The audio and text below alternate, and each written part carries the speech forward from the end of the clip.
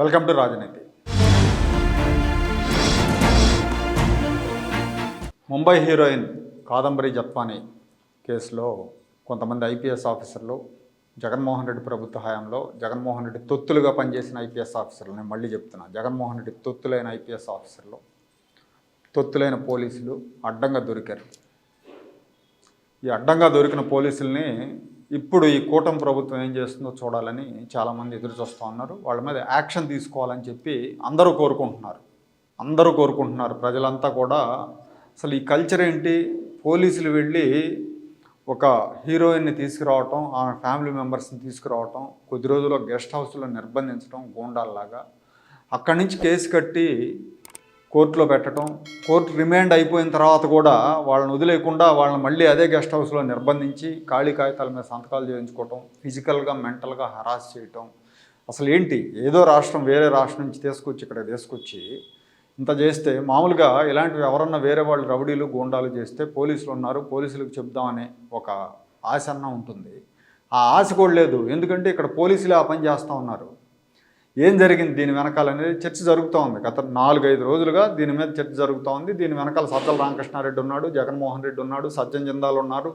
సజ్జన్ జిందాల్ మీద కేసు పెట్టినందుకే సజ్జన్ జిందాల్ తరపున కిరాయి రౌడీల్లాగా వీళ్ళంతా ఆంధ్రప్రదేశ్ రాష్ట్ర ముఖ్యమంత్రి, మాజీ ముఖ్యమంత్రి, మాజీ సలహాదారు, ఈ ఐపీఎస్ ఆఫీసర్లంతా కూడా రౌడీలు గూండాల్లాగా పట్టుకొచ్చారు, కిరాయి గూండాల్లాగా వ్యవహరించారు. సజ్జన్ జిందాల్ కిరాయి పడేశాడు, ఆ కిరాయికి వీళ్ళు పనిచేశారు అనేది సారాంశం. సజ్జన్ జిందాల్ మీద కేసు ఉపసంహరించుకునేట్టు ఆ అమ్మాయి మీద ప్రెజర్ తీసుకొచ్చి అలా చేస్తేనే మేము దీంట్లో నిన్ను వదిలేస్తామని చెప్పి చేశారు. దీనిలో కుక్కల నాగేశ్వరరావు కొడుకుని పావుగా వాడుకున్నారు అనేది సమాచారం, కుక్కల విద్యాసాగర్ అనే అతన్ని. ఎందుకంటే ఈ కుక్కల విద్యాసాగర్కును ఈ అమ్మాయికి కూడా గతంలో ఏవో పరిచయాలు ఉన్నాయి, దాంతో ఇతను వాడుకున్నారు. ఇప్పుడు ఈ ఇష్యూలోకి వస్తే ఆ అమ్మాయి మీడియా ముందుకు వచ్చేసింది, మీడియాతో మాట్లాడింది. తను ఏ రకంగా హరాస్ చేశారనేది కూడా ఆ అమ్మాయి చెప్పింది. 1 by 1 అన్నీ చెప్పుకుంటూ వచ్చింది. చిత్రహింసలు పెట్టారు. 3 రోజుల పాటు వీటీపీఎస్ గెస్ట్ హౌస్లో, ఇబ్రహీంపట్నంలో వీటీపీఎస్ గెస్ట్ హౌస్లో నిర్బంధించారు. మమ్మల్ని అత్యంత కర్కశంగా వ్యవహరించారు. చంద్రబాబు నాయుడిని అరెస్ట్ చేశాము మీరంతా అని బెదిరించారు. నెలసరిలో నాప్కిన్స్ కూడా ఇవ్వలేదు. ఈ బెజవాడలో జరిగిన వేధింపులు మేము జీవితాంతం మర్చిపోలేము, ఆంధ్రప్రదేశ్ని జీవితాంతం మర్చిపోలేరు జగన్మోహన్ రెడ్డి పుణ్యం అని. తెల్ల కాగితాల మీద సంతకాలు చేయించుకున్నారు. కుక్కల విద్యాసాగర్ అనేవాడు అసభ్య చిత్రాలతో వేధించాడు. వృద్ధులైన తల్లిదండ్రులను కూడా అన్యాయంగా తీసుకొచ్చారు. కొందరు పోలీస్ అధికారులు తమ అధికారాన్ని ఉపయోగించి నన్ను, నా కుటుంబాన్ని తీవ్రంగా వేధించారు. వాళ్ళ వేధింపుల నుంచి నేను ఇప్పటికీ కోలుకోలేకపోతున్నాను, సరిగా నిద్ర కూడా పట్టిన పరిస్థితి. ఇదండి ఆ అమ్మాయి ఆవేదన. తర్వాత విజయవాడ పోలీసులు మాఫియాలాగా కిడ్నాప్ చేశారు, ఇంట్లోకి జొరబడి భయభ్రాంతులకు గురి చేశారు. 6 కోట్ల విలువైన ఇంటిని, బ్యాంక్ ఖాతాలని సీజ్ చేశారు. ఈ మొత్తం వ్యవహారం వెనక అత్యంత శక్తివంతమైన వ్యక్తులు ఉన్నారని కూడా ఆ అమ్మాయి చెప్పింది. నా కుటుంబాన్ని చంపేస్తామని కూడా బెదిరించారని చెప్పింది. ఇక్కడ నిన్న మీడియాతో ఆ అమ్మాయి చాలా అంటే హృదయ విదారకంగా ఉంది ఆ అమ్మాయి పరిస్థితి చూస్తే. నిన్న TV5 ఛానల్లో ఆ అమ్మాయి మూర్తి గారితో మాట్లాడినప్పుడు ఆ మాటలు విన్న వాళ్ళకి ఎవరికైనా కానీ కళ్ళు చెమర్చక మానవు. అంత ఘోరంగా వ్యవహరించారు. అధికారం అండతో లైసెన్స్డ్ గూండాల్లాగా వ్యవహరించారు. చూద్దాం ఇప్పుడు ఆ అమ్మాయి ఏం మాట్లాడుతుంది.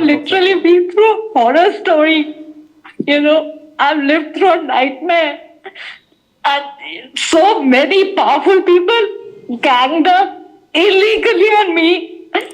I'm a single girl on my elderly parents. I have to take care of my parents. There's nobody to take care of them. They all used their money. He was trying to stay in touch with me. He was harassing me continuously. Okay. You see this? He was harassing me this way. Unsolicited pictures. That Kukkala Vidyasagar. Yeah. అదండి, తోడేళ్ల గుంపులాగా మా మీద పడి మమ్మల్ని తీవ్రంగా వేధించారని చెప్పింది ఆ అమ్మాయి. ఈ తోడేళ్ల పోలీసులే తోడేళ్ల గుంపు. బాంబే వెళ్ళిన పోలీసుల్లో 2 CIలు ఉన్నారు. ఒక CI ఇప్పుడు విజయవాడలో పనిచేస్తున్నాడు, గవర్నర్పేట CIగా పనిచేస్తున్నాడు. ఇంకొక CI SBలో ఉన్నాడు. విశాల్ గున్ని ఇప్పుడు రోజు వెళ్ళి సంతకాలు పెడుతున్నాడు అక్కడ. అట్లాగే కాంతిరాణా టాటా, వీళ్ళందరూ ప్రమేయం ఉందని చెప్పి అంటున్నారు.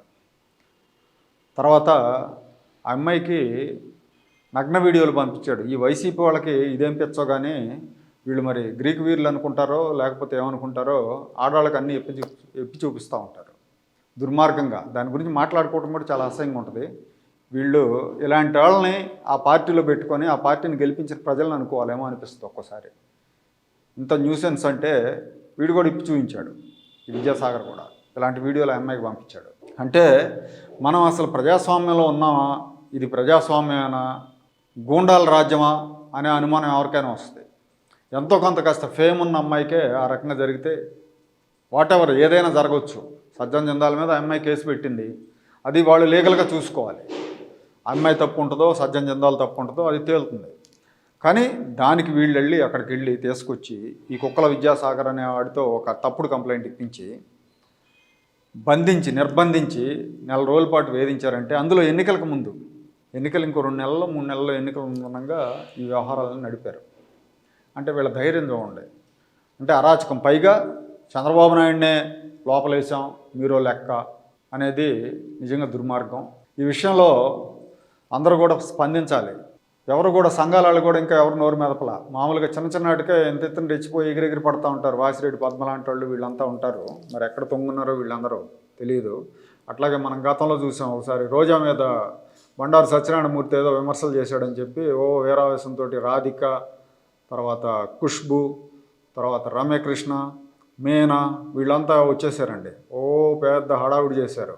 ఇదేనా నీ సంస్కారం, నువ్వు ఒక మహిళని ఎలా అవమానిస్తావని. అంతకుముందు రోజా తిట్టిన తిట్లన్నీ పోయినాయి ఏటో అట్లా వచ్చారు, పొడుచుకొని వచ్చారు. మరి ఇప్పుడు సాటి సినీ నటి అమ్మాయిని ఈ రకంగా ఇంత ఘోరంగా వేధించారు, ఫిజికల్ అసాల్ట్ చేశారు. ఎవరు నోరు మెదపట్లా. ఇలా ఉంటారన్నమాట జనాలు.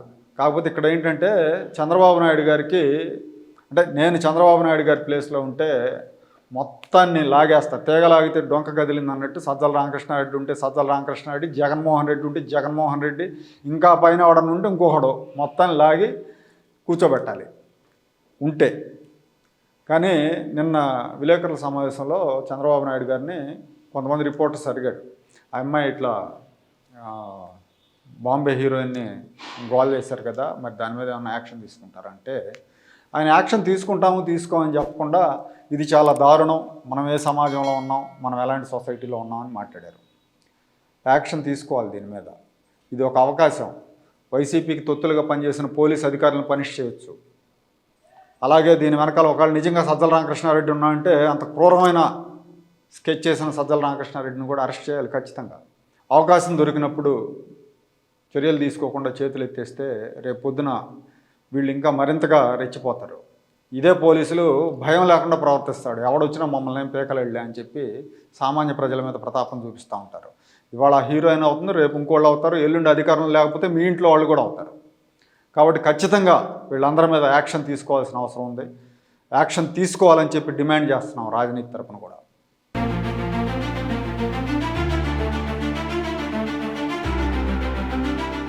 Like, share and subscribe to Rajaniti channel.